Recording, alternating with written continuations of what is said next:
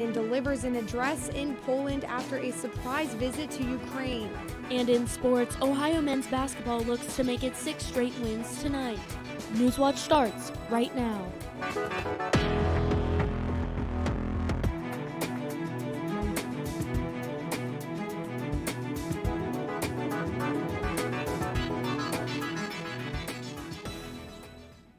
Good evening, I'm Lexi Lepoff. And I'm Reese Thompson. Welcome to Newswatch, your source for news impacting southeastern Ohio. The Biden administration is taking charge of the cleanup of the train derailment in East Palestine. The U.S. Environmental Protection Agency ordered the rail company to conduct all necessary actions associated with the cleanup. The EPA will approve a work plan outlining all those necessary steps. If Norfolk Southern fails to comply with any of it, the EPA will take the steps and bill Norfolk Southern for triple the cost. The EPA is also offering cleaning services to businesses and residences that have been affected. Norfolk Southern will reimburse the agency for those efforts. The EPA is also requiring Norfolk Southern to participate in public meetings on the matter. Well, it's always been guided by safety and public health, and it's important news for our country, for our economy. We're talking about land to improve safety in the wake of the train derailment. In a letter to Norfolk Southern, he demanded accountability and called for greater safety regulations. Buttigieg wants to increase inspections on high-hazard flammable trains. He is also calling on the entire freight, rail, and shipping industry to phase in safer tank cars by 2025. In addition, Buttigieg is working to advance the train crew staffing rule, which requires a minimum of 2 crew members during most railroad operations. Norfolk Southern has opposed the proposal. Buttigieg also announced he would be visiting East Palestine soon, but did not specify when. But today, Ohio Governor Mike DeWine and EPA Administrator Michael Regan visited the homes of concerned residents. They did air quality tests in houses in at least 2 homes. The government officials poured glasses of water from taps and took a sip. DeWine and Regan promised transparency throughout the cleanup process. Regan, in a press conference today, says he understands some residents' fears. I recognize that no matter how much data we collect or provide, it will not be enough to completely reassure everybody. It may not be enough to restore the sense of safety and security that this community once had, but we're going to work together day by day for as long as it takes to make sure that this community feels at home once again. Reagan, DeWine, and Pennsylvania Governor Josh Shapiro says they will hold Norfolk Southern accountable for this disaster. Good afternoon, everyone. I'm lead forecaster Erin Ashley, and outside your window right now, you might see a nice gust of wind or 2, and that sun has since set. And so unfortunately, what was a really nice day has turned into a little bit of a windy night. Right now, we're pulled up the watch and warnings to kind of show what has happened and what's happening in our area right now. We're not currently under anything, but out to our east as well as our west, we have wind advisories just surrounding us. And that has to do, again, with those winds that we have seen today. And so if we go ahead and just look at the day overall, we saw, and today, right now, excuse me, are seeing very clear skies, 50 degrees is the temperature right now. We're seeing very dry conditions with very low humidity.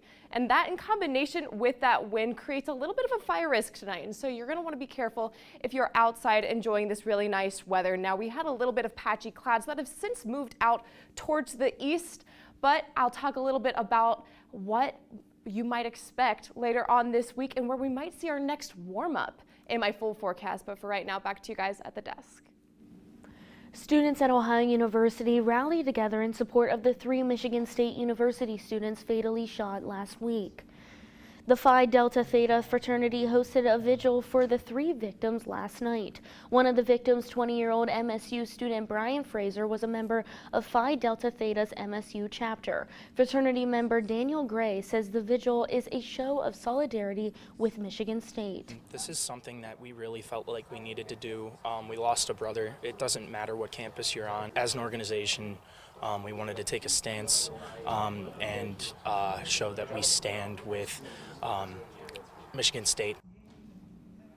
Gray says he hopes people can come together from this event. A craft show in Marietta brings the 18th and 19th century into the present.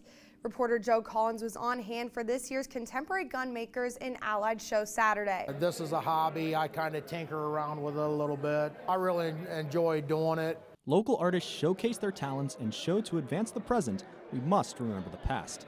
Campus Martius museum worker Bill Reynolds says this was the idea when he started the Gun Makers and Allied Artists show. The event started with a group of us locally that do this traditional art, and we thought, wouldn't it be nice to just get together someplace where we can talk about our art? It was discussed, well, let's take it to the next level, let's share it with the public. Artists from near and far came to display their skills at the museum in Marietta Saturday for the 13th annual show. Many artists displayed their antique gun collections. This gun here is over 200 years old, made in Pennsylvania, so you can call it a Pennsylvania rifle, not a Kentucky rifle. Other crafters showcase collections of items you would find on the frontier, such as knives, hooks, horns, and pouches. My specialty is making leather muzzleloading pouches. I've made 2,000 of these in the last 40 years, some of which are in museums. The show was also accompanied by music, played on instruments handcrafted by some of the artists. I'm a maker of banjos and mandolins, and I play traditional music, Southern Mountain music. Many of the artists are in their 60s and 70s. They hope the event inspires younger generations to take interest in preserving the past so that it never truly dies. Reporting for Newswatch in Marietta, I'm Joe Collins. Many of the artists have been in shows multiple times, and each one agreed to participate in the next year's event. Anti-hunger advocacy groups in Ohio want legislators to fund free school meals. The move comes after the federal government let a pandemic-era waiver expire last summer. Schools are back to providing free and reduced lunches for students who qualify, but for those who don't qualify for this benefit, still struggle to cover the full cost of lunch. Scott DeMauro with the Hunger Free Schools Ohio Coalition says the state can cover the cost. The group estimates funding free school meals in Ohio could cost the state upwards of $200 million. These bursts of warm weather are a good reminder that summer will be here before we know it. The Ohio State Fair is only 155 days away, and today the fair announced this year's concert headliners. Kicking off the fair on Wednesday, July 26, gather the whole family for some kids bop. In early 2000s, rap lovers can enjoy Ludacris on August 1st. Or if rock and roll is more your style, come sail away with Styx on August 2nd. Rounding out the festival August 3rd is country star Tyler Hubbard, the former frontman of Florida Georgia Line. Tickets for all the concerts go on sale this Friday. Coming up after the break, the Supreme Court hears arguments in a case that could affect social platforms. And President Biden delivers an address to mark the one-year anniversary of Russia's invasion of Ukraine. These stories and more when Newswatch returns. We are at Adena Mansion and Gardens. This is where Ohio history began. They're in their writing talking all night long about what they wanted Ohio to be. What type of state did they want Ohio to be? They wrote the Constitution, came out and saw the sun coming up over the Mount Logan Range. That is the inspiration for the Great Seal of Ohio.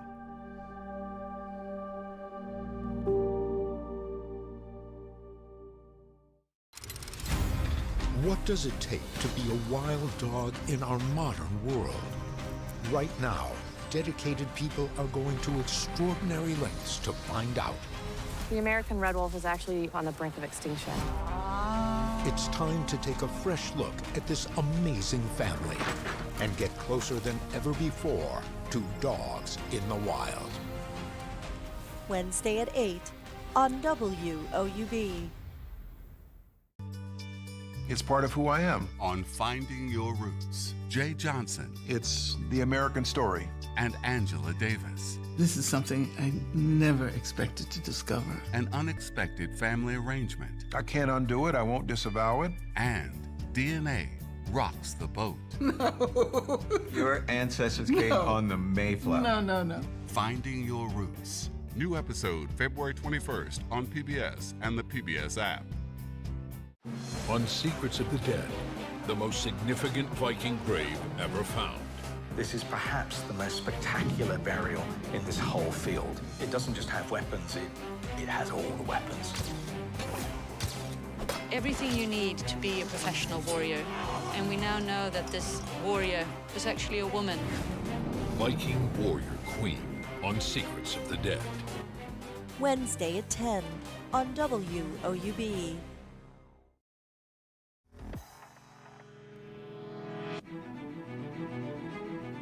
The Supreme Court is hearing back-to-back oral arguments this week in two pivotal cases that could reshape speech and content moderation online, while carrying significant stakes for the wider internet. Chris Wim is in Washington with more on the legal battle ahead. At the Supreme Court, the battle over free expression online is coming to a head. The way the internet works today may fundamentally change as a result of what the Supreme Court decides. This week, two cases are being heard, and the outcomes could determine whether tech platforms and social media companies can be sued for recommending content to their users or for supporting acts of international terrorism by hosting terrorist content. We have this very rare instance where a lot of people in DC agree that something needs to be done. They haven't been able to meet that point where they can actually agree on the answer. At the heart of it all, Section 230 of the Communications Decency Act, a 27-year-old federal law that protects websites like Google, Twitter, and others from lawsuits over what their users post online. Some Democrats, including President Joe Biden, say it prevents tech giants from being held accountable for spreading misinformation and hate speech. But many Republicans allege that it gives big tech a license to censor conservative viewpoints. The Supreme Court's ruling exposes how vulnerable the internet is to regulatory interventions and how at risk we are of being faced with a very different internet. Some experts question if the justices are equipped to make a sound decision, partly because they don't use social media enough to fully understand it. It's a structural problem with Supreme Court that when they make legislative-like decisions, they don't have the expertise the legislature has, and they don't hear from all the people that might be affected. Potentially adding to an uncertain playbook over how to regulate online speech. In Washington, I'm Chris Wynn reporting. The Supreme Court's ruling in the cases are expected by early summer. The long pause on federal student loan payment is set to end later this year. That means millions of former students will have to begin or resume paying those student debt bills in just months. The pause on payments began under former President Trump in March of 2020 at the start of the COVID-19 pandemic. Then President Biden continued it. Right now, it's possible student loan payments won't restart until August. When payments start back up, it will be the first time many former students have to pay their debt. It comes as we wait to see if President Biden's big student debt forgiveness plan survives legal challenges. 1 year after President Biden told the world that Russia's Vladimir Putin cannot remain in power from the royal castle in Poland, he's back at the podium in Warsaw today to renew that appeal to global allies. Mike Valerio has more from Warsaw. Not waver. NATO will not be divided, and we will not tire. President Joe Biden delivering a defiant declaration at the royal castle in Warsaw, a promise of resilience that neighboring Ukraine will not fall. Ukraine will never be a victory for Russia. Never. The president called for steadiness of purpose, days before the first anniversary of Russia's invasion of Ukraine. President Putin ordered his tanks to roll into Ukraine. He thought we would roll over. He was wrong. Biden last spoke from the storied setting in March of 2022, when the resolve of Ukraine and the strengthening of the NATO alliance were only beginning to emerge. The resolve underscored by President Biden's historic trip to Kyiv, standing side by side with Ukrainian President Volodymyr Zelensky on Monday. While in Moscow, Russian President Vladimir Putin framed the contours of the conflict as an existential battle with the West. The elite of the West do not conceal their ambitions, which is to strategically defeat Russia, finish us off once and for all. Putin announcing Russia is suspending its participation in the New START Treaty, the last major nuclear arms agreement between the U.S. and Russia. Back in Poland, the president focused on future generations and what remains at stake. Freedom, the enemy of the tyrant, and the hope of the brave and the truth of the ages. Freedom. I'm Mike Valerio reporting. Russia's self-suspension from the New START nuclear arms treaty. NATO's Secretary General says it was clear Russia was preparing for more war. U.S. Secretary of State Anthony Blinken called the move unfortunate and irresponsible. Pediatricians are warning parents from using fever-reducing medication. That story's still ahead. And why I'm wearing my beach attire in my full forecast, but make sure you check us out on social media, on YouTube, Instagram, and Twitter. It's part of who I am. On Finding Your Roots, Jay Johnson. It's the American story. And Angela Davis. This is something I never expected to discover. An unexpected family arrangement. I can't undo it. I won't disavow it. And DNA rocks the boat. No. Your ancestors came on the Mayflower. No. Finding Your Roots. New episode February 21st on PBS and the PBS app. Thanks to viewers like you, we've been able to tell America's stories on this PBS station. Help us continue to tell these stories now and for future generations by including this station in your charitable plans. Supporting this PBS station through a charitable gift annuity is easy. To find out more, call the number on your screen or visit this website. Thank you. Lucy Ware Webb was born here. As a young lady, as the wife of the governor, as the wife of the President of the United States, she's always the same person. Just a terrific lady. As residents of Chillicothe, we're very, very proud of her. To have a person of that character to represent this community, small as it is, in the White House.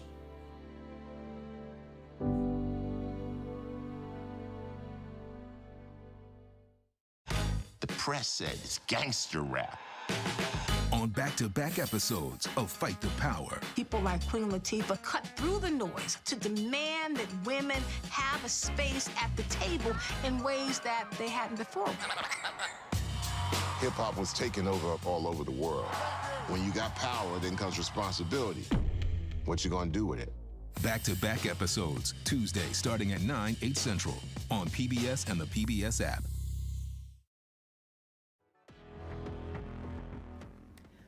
Welcome back to Newswatch, and like I mentioned earlier, we are currently seeing some pretty windy conditions. I'll go ahead and step off so you guys can see. We are sandwiched between two areas of wind advisories, so that means that even though we're not really under that advisory right now, we are still seeing the effects of these really, really heavy winds. And so make sure that if you're going out tonight, just play it safe and around the roads especially. Today, we saw a high of 55 degrees. It was very nice today with those mostly sunny skies, and temperatures are going to get a little bit chilly. Definitely grab your jacket heading out the door tonight, but we're not looking at anything too freezing, as things are still a little bit warm due to something that passed a little bit earlier.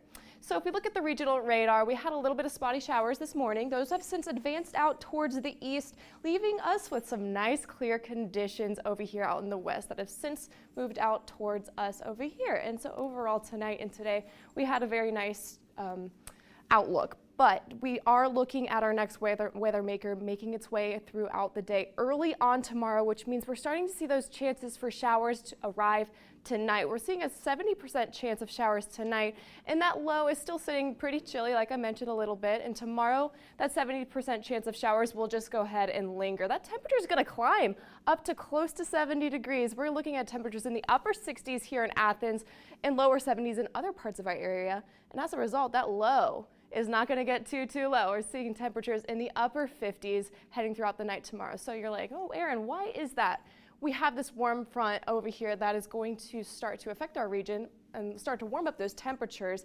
It's also going to bring that chance for rain, as you can see right here. And so if we go ahead, advance it to see tomorrow night, we're still gonna be hitting those chances for rain with that warm front. But again, like I said, warm temperatures are gonna stick around as a result of this front, even though we're gonna get some icky rain in combination. And there's their outlook over on Wednesday as well. It's just gonna be rainy and not too pleasant, but the moment you've been waiting for, you guys, the reason why I am wearing this beach shirt today. Look at that temperature on Thursday, close to 80 degrees. In February, that's crazy. And look at that temperature drop. We see temperatures drop by almost 50 degrees.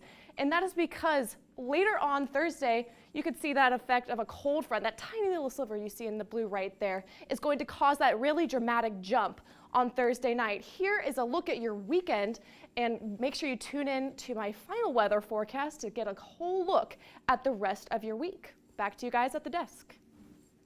At the first sign of a fever, many parents quickly turn to fever-reducing medication, but pediatricians are warning that may not be the best course. Mandy Gaither has more on what to do when your child gets a fever.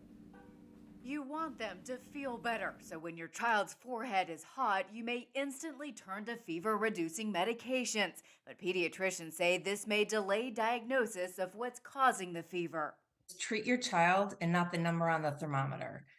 So if your child is running around and playing, they have a fever, they might not play as long or as hard, but they're still looking pretty good. They're eating and drinking okay. Don't worry about the number. Pediatrician Maureen Amon with Cleveland Clinic says if your child is lethargic, in pain, acting sick, or not eating and drinking, then it's time to treat the fever. The Tylenol and the Motrin help cover the symptoms. They help your child feel better while they're fighting off an illness, a virus or something, but it does not make them get better faster. Pediatricians say another concern with unnecessary usage is that there's a greater chance of giving too much medicine, especially if used along with cough and cold combination medication. Amon says doctors also want to know how long your child's fever has lasted. Every time if you reach for the bottle of medication, then we'd be less likely to know if your child is getting worse. When there's a low-grade fever below 100.4 degrees, Amon says the best thing you can do is make sure your child doesn't get dehydrated. If they won't take a cup or bottle, you can give them water or diluted electrolyte fluids in a medicine syringe. That is going to be more beneficial for them than even giving them a medication. For Health Minute, I'm Mandy Gaither. Coming up in sports, Ohio men's basketball rolls back in the combo with hopes of making it 6 straight wins. That story and more when Newswatch returns. Sensation. What does it take to be a wild dog in our modern world? Right now, dedicated people are going to extraordinary lengths to find out. The American red wolf is actually on the brink of extinction. It's time to take a fresh look at this amazing family and get closer than ever before to dogs in the wild. Wednesday at 8 on WOUB. The James Webb Space Telescope. Think about it as a telescope that enables us to see the hidden universe. Its mission is only beginning. We're just tapping into those abilities. Is there an Earth 2.0 out there? When you have new eyes, you discover new things. With Webb, we're discovering a new universe. That's just amazing. New eye on the universe on Nova. Wednesday at 9 on WOUB. It's part of who I am. On Finding Your Roots, Jay Johnson. It's the American story. And Angela Davis. This is something I never expected to discover. An unexpected family arrangement. I can't undo it. I won't disavow it. And DNA rocks the boat. No. Your ancestors came on the Mayflower. No. Finding Your Roots. New episode February 21st on PBS and the PBS app. We are at Adena Mansion and Gardens. This is where Ohio history began. They're in their writing, talking all night long about what they wanted Ohio to be. What type of state did they want Ohio to be? They wrote the Constitution, came out and saw the sun coming up over the Mount Logan Range. That is the inspiration for the Great Seal of Ohio.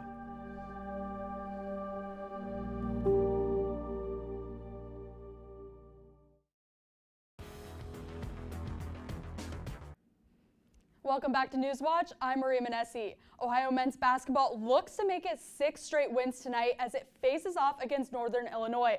With just 4 regular season games left, it all matters for Ohio as it inches closer to a spot in the Mid-American Conference tournament.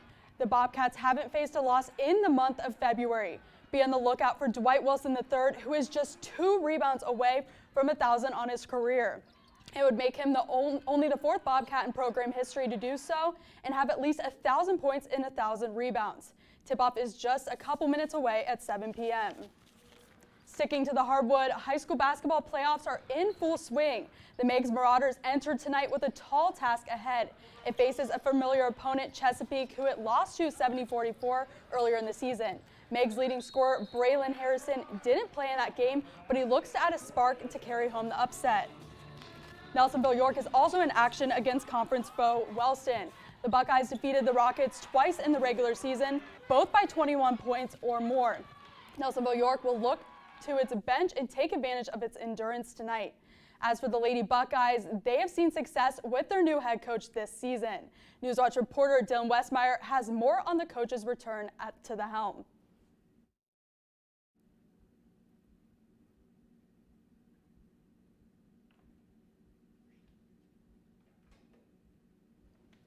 Now back to the desk.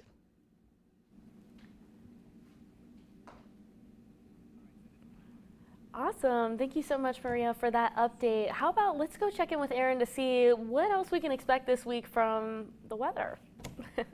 Thank you so much, Lexi. Yeah, a quick little reminder about that chance for rain is appearing tonight. It's going to be in the early hours of the morning. We're looking at a 70% chance of showers and a low of 36 degrees. Grab the jacket and even the umbrella heading out early in the morning. So if you go ahead and look at the weather tomorrow, actually, we can see those showers are going to stick around, actually. It's going to be pretty not nice tomorrow. And the temperature is looking quite nice. I mean, it's going to be deceivingly warm tomorrow, 69 degrees. And those showers, again, it's going to make for a pretty unpleasant day overall.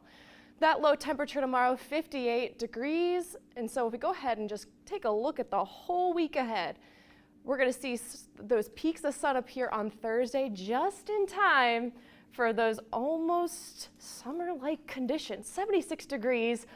Absolutely crazy for February, almost 80 degrees here in Athens, Ohio, and we're seeing that drop in temperature overnight into Friday. Going to get well below freezing at 28 degrees. That sun is going to stick around on Friday, but we are tracking our next chance for rain as soon as the weekend. Awesome. Thank you, Erin. That's what I love to hear. And finally tonight, it's time to indulge. Fat Tuesday is here. The day is most closely associated with Mardi Gras, which is actually French for Fat Tuesday. In modern times, Fat Tuesday is the last day to revel in food and drink before Ash Wednesday, which marks the beginning of Lent. That's a time of penitence and reflection for Christmas. But the actual roots of Mardi Gras date back much further. The ancient Romans had a similar celebration around the same time to honor some of their deities. These days, Fat Tuesday is in the U.S. and most closely associated with festivities in New Orleans and its parades, king cakes, and beads. Who doesn't love cake? I know. Okay, have you tried the beignets? No. Specifically Cafe Du Monde. You have to go there. Delicious. Nice. That sounds good. I did not know that that was French for Fat Tuesday. Me either. It's pretty Crazy. Interesting. Yes. Are you guys going to indulge in any sweet treats tonight? I'll be honest, this just reminded me, so I got some thinking to do. Now you have a good excuse. Exactly. Yep. Yes. Especially Let's with just go to New Orleans. Right. We're hopping on a plane tonight. Right. Or even with the warmer weather, maybe some ice cream, a little. Is it appropriate yet for that? I'd say on Thursday. Get past this little pocket of rain and then get your ice. Okay. I think ice cream never goes out of season for me. Awesome. Absolutely. Well, that does it for our broadcast this evening. Thanks for watching. For all of us here at Newswatch, I'm Lexi Lepoff. And I'm Reese Thompson. Stay tuned for the PBS News Hour coming up next. And remember, you can find the latest news anytime at WOUB.org or follow us on social media. Have a great night and an awesome...